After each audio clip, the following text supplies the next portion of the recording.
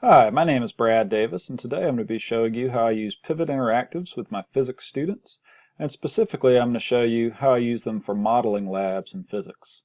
Now, I love hands-on laboratories and set them up as often as I can for my students, but sometimes I don't have the equipment necessary for a certain topic in physics, and or it's an area that's very hard to get good results in on-class labs, and this is a great time to use Pivot Interactives.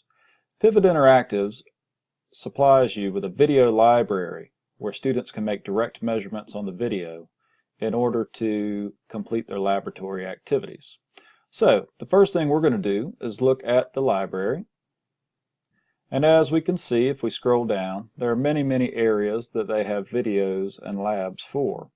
Most of their videos labs are for physics, but they also do have a few for chemistry and biology. So today I'm going to show you how I use a lab to introduce Coulomb's law to my students.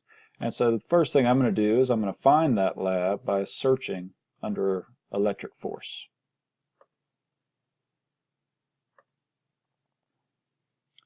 And so once I've done that, I can scroll down and I can choose to preview a lab, and I can look through and see what they're going to have on here. So what we can see is this lab starts with a video, has a place for students to collect their data and graph their data, and then has questions for those students to answer. So if I look through that and I preview that lab, then I can go back and I can choose to take that video and add it to my library.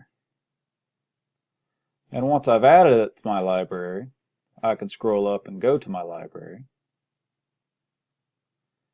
and I can assign it to my class. And so I'm going to assign this to my summer class I'm taking right now, iTech 8231. I'm going to make sure it's highlighted to start accepting responses now, and I'm going to assign it. And so now if I go to my classes and I look under iTech 8231, I should see that copy of forces and electric charge 1, force versus distance, and I see that it's accepting responses. So now what I'm going to do is I'm going to log out of my teacher account and log into my fake student account so I can show you how this looks from a student end. Okay, so now I've logged in my fake student account, and when I log in it takes me immediately to my classes, and I can look here and I see iTech 8231, and if I scroll down I can see that I have forces and electric charge 1, force versus distance, right here. So if I click on view, it's going to take me to that lab, and as I can see I have that same video that we saw in the preview earlier. So this time I'm going to play the video.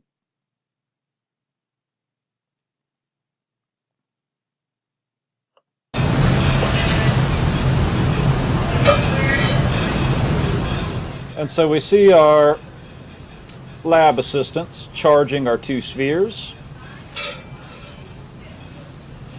And so we can see now that we read a force on the balance showing the repulsive force between the two objects. And then we see that they lower the top sphere and change the distance between them. So I'm going to pause the video here real quick. And as we can see here, we have this area with tools. So I can open this ruler tool and I can put the 0 centimeter line right here on the center line of the bottom sphere. And so I can see right now that those spheres are somewhere between 27 and 28 centimeters apart. And then I can read right here that we have a force of 0.00048 newtons.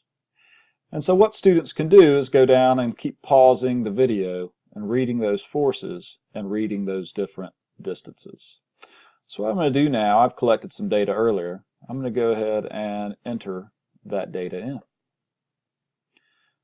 So in our columns here, we had distance,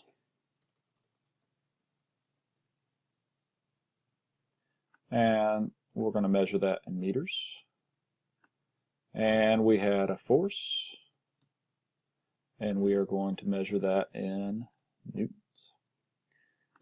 And I'm going to enter the data I collected earlier. So 0.42 meters corresponded to a force of 0.00025 newtons. And 0.36 meters corresponded to a force of 0.00029 newtons. A distance of 0.275 meters corresponded to a force of 0.00046 newtons. And a distance of 0.205 meters corresponded to a force of 0.00077 newtons. A distance of 0.15 meters corresponded to a force of 0.00132 newtons. And a distance of 0.13 meters corresponded to a force of 0.00169 newtons. Now, depending on exactly when students pause the video, they may get slightly different results different times, but they should all be in the same ballpark. Now, the nice feature here is that you see if I scroll down, we now have a graph of force versus distance. And so students, once they've been trained, should learn that this is showing some sort of inverse relationship. And what they're going to do is determine the exact relationship by trying to linearize that data. So in the modeling curriculum, students learn that if they see a relationship like this, some sort of inverse relationship, the next thing they're going to do is take the inverse of what is on the horizontal axis. And it's nice because this application allows you to do so. So if I click right here, I can insert a new column to the right, and I'm going to call this column inverse distance. That didn't work well. Let's try that again. Inverse distance. And that's going to be measured in inverse meters. And what I can do, this nice feature here, allows me to add a column formula. So all I want to do is take 1 divided by the distance to get the inverse distance. Click go, and now I have all those values. So if I scroll back down to my graph, I can now change my horizontal axis to inverse distance. And so what I see is I'm starting to get something with a positive slope, which is showing more of a direct relationship. But if it's a true direct relationship, then it should be linear. So what I'm going to do is click here on my linear regression line. And what I see is that those data points really don't fit that linear regression line that much. They're more parabolic. They're more concave up.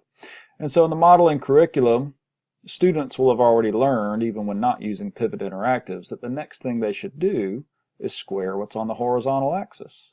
So we're going to do that as well, following the same process we did just a minute ago. And in the interest of saving time, I'm going to pause the video and do that. Okay, so using the same process I used to do the inverse distance column, I've now created an inverse distance squared column. And so now what I'm going to do is scroll down and create that graph. So I'm going to change my horizontal axis from inverse distance to inverse distance squared. And now we can see that our points fit that straight line very, very well. And in fact, the R value for that is 1.00, showing that our relationship between force and inverse distance squared is a direct relationship. Or another way to say that is that force is inversely related to the square of the distance between the objects, which is one of the 2 fundamental principles of Coulomb's law. And so the student has been able to determine that experimentally instead of the teacher just telling it to them, which is really the core of what modeling instruction is. Now, another nice feature of Pivot Interactives is that after that, the students have some other questions they can answer as well. So we see here that question 2 is for the student to design their experiment. And so, you know, they can type something in there, hopefully something better than what I'm typing right now, where they'll actually tell you what they varied, which of course was the distance. What did they hold constant? The charges of the spheres. What did they measure? The force between the spheres. And then going through the process of everything that they graphed there. Then they're describing the process for the relationship that they found. So in other words, how did they keep manipulating that graph? What columns did they create? And then finally, what was that relationship that they found there. And then the student can type in an answer there as well. Once the student is happy with all the results, then they can save and close. And now it's ready for the teacher to grade. So what I'm going to do now is log out of my fake student account, log back into my teacher account, and show you how that works. Okay, so now I've logged back into my teacher account, and so what I'm going to do to grade that assignment is go to My Classes. And so I see I'm under iTech 8231. I see here I have copy of forces and electric charge 1, force versus distance. And if I click right here, I can go through and view scores. Alright, so I can see here I have a fake student that submitted a response. Right now their score is 0 out of 22. So I click here on Grade Student Response. And I can go through and look at the answers that fake student gave. So, scroll down, it shows the video, and then right here I can see those columns that the fake student just created. And so I can see they've got a distance, a force, an inverse distance squared. I can see that they have correct units, and I can see that they have reasonable values for everything. When I go down to the graph, I see that their final graph they created was force versus inverse distance squared, and I see that it looks pretty linear. So for all of that, I would say that that student deserves a 10 out of 10. Great job. And then hopefully I would, in the interest of time, I'm not going to say more than that, but maybe some content-specific feedback. Great job using your correct units. Great job. You found the correct linear relationship, straight line with a positive slope, whatever you wanted to write in there. Okay, so then I can scroll on down. I see there's some instructor notes there that I can take a look at. Question number 2, I look at this student's answer and I say, well, that's not really exactly what I'm looking for. So I'm going to give them a 0 out of 10 there. And then in my comments I can say, please read directions and show the experimental design you used. Your answer makes no sense.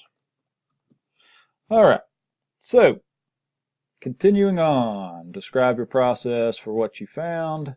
Once again, I see that they have nothing that really makes any sense. 0 out of 2. See comment above. Alright, so scroll on down to the bottom and I can save and close. And so now when I go back to my students that have completed this activity, I see that fake student has a 10 out of 22 or a 45.5%. And because they did not do the last 2 parts of the lab appropriately. So this is how you can use Pivot Interactives to help run any lab in your classroom, and also specifically how I use it for modeling instruction. If you would like to see some of the references I have, both on using Pivot Interactives and on the benefits of modeling instruction, please see the websites and read the articles I have listed here in my references. Thank you all for your time today. I hope this was very beneficial, and I'll see you next time.